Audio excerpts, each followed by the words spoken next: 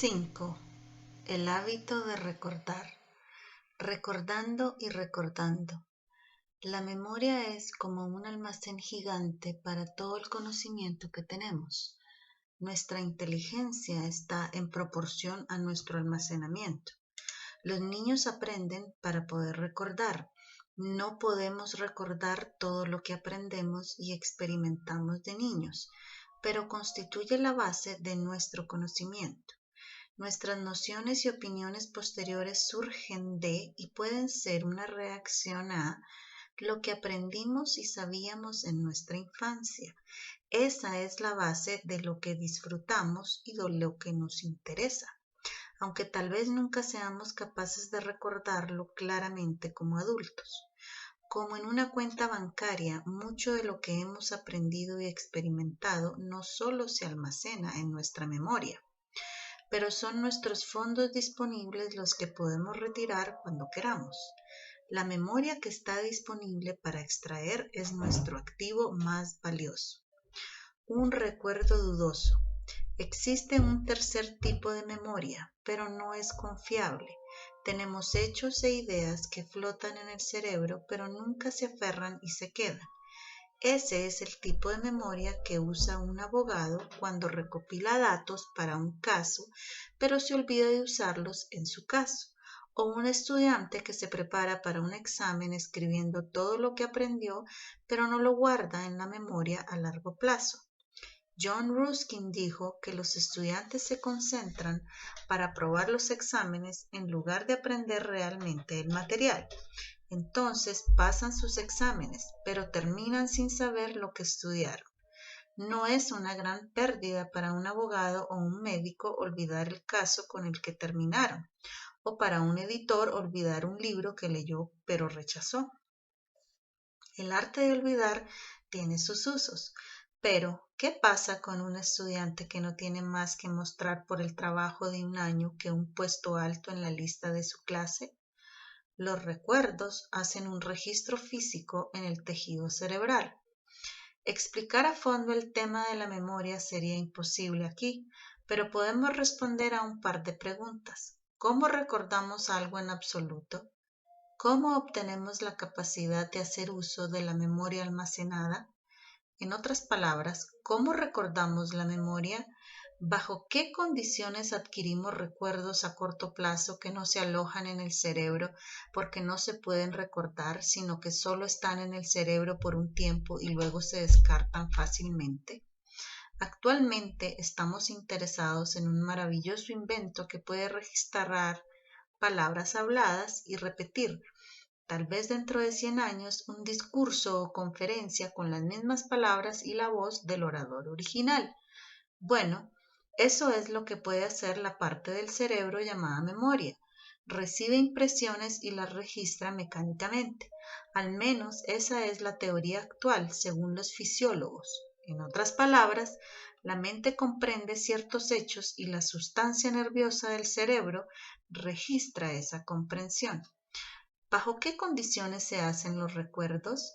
La siguiente pregunta lógica es, ¿qué condiciones son necesarias para que se haga una huella de un hecho o experiencia? ¿La huella es permanente? ¿Tiene el cerebro un límite en la cantidad de impresiones que puede almacenar? Hasta ahora, a partir de la experiencia común y de muchos ejemplos dados por psicólogos, parece que cualquier hecho o experiencia en el que se enfoca la atención produce una impresión suficiente para fijarlo en la memoria. En otras palabras, si prestas un instante de atención indivisa a cualquier cosa, esa cosa será recordada. Incluso la forma en que describimos este fenómeno es precisa. Decimos, tal o tal vista o sonido causó una fuerte impresión sobre mí. Y eso es exactamente lo que ha sucedido. Si mantenemos la atención en cualquier hecho o experiencia, lo recordaremos. Se imprimirá en la superficie del tejido cerebral. Claramente, entonces, si quieres que un niño recuerde algo, entonces fija toda su atención para que su mente mire completamente sobre ello. Entonces lo tendrá.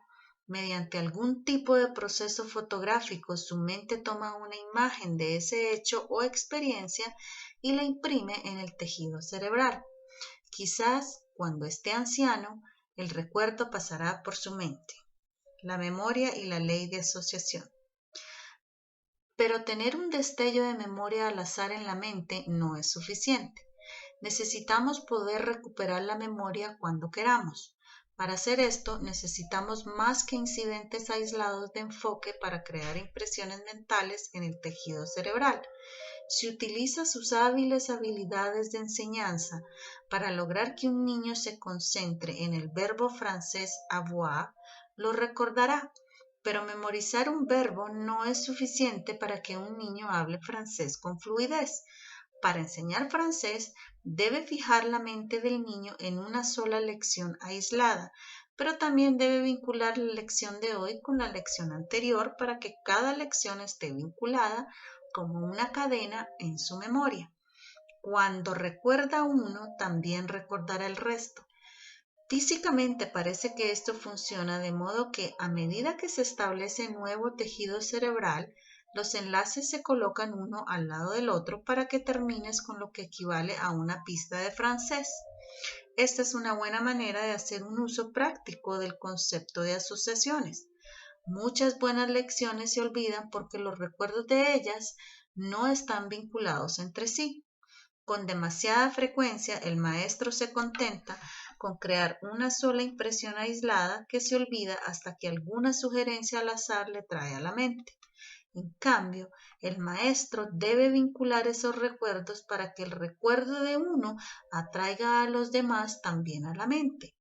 Un doctor Edward Pick desarrolló un sistema de mnemotecnia que usaba la atención y la asociación para ayudar a la memoria, aunque no a todos les gustaría la forma en que lo aplicó.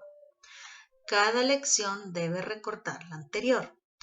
Cada lección debe captar toda la atención del niño y cada nueva lección debe estar tan entrelazada con la anterior que se recuerden como una serie de lecciones conectadas.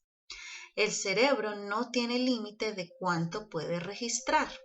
El tipo de memoria fácil de venir y fácil de ir no sigue las reglas de la asociación. El niño se aprende su lista de memoria, la recita como un loro y luego la olvida. No hay ningún registro de ello en su cerebro en absoluto. Para crear un registro de un recuerdo, tiene que haber tiempo suficiente para centrar la atención y permitir que el tejido cerebral crezca hasta la nueva impresión. En estas condiciones parece que el cerebro no tiene límite en la cantidad de impresiones que puede registrar. Sin embargo, a veces una niña que ha aprendido suficiente francés para hablarlo, lo olvidará cuando sea abuela. Lo que ha pasado es que ella no lo ha usado hablando, escuchando o leyendo francés todo el tiempo. Entonces, el camino en su mente hacia esos recuerdos no se mantiene claro y abierto y no puede regresar para recuperarlos. Los vínculos de asociación son una condición para recordar. Pasar por la molestia de aprender algo y luego permitir que se oxide en algún rincón descuidado del cerebro es un desperdicio. Si no se crean vínculos de asociación para conectarse a la memoria, entonces es como tratar de sacar agua de un pozo vacío. ¿Cómo se forman estos vínculos? A medida que se estudie cada tema, se presentará un camino. Un niño puede tener una lección un día sobre Suiza y Holanda al día siguiente. Una lección está vinculada a el otro, señalando lo diferentes que son los dos países. Lo que tiene un país, el otro no. La asociación es una similitud y no de contraste.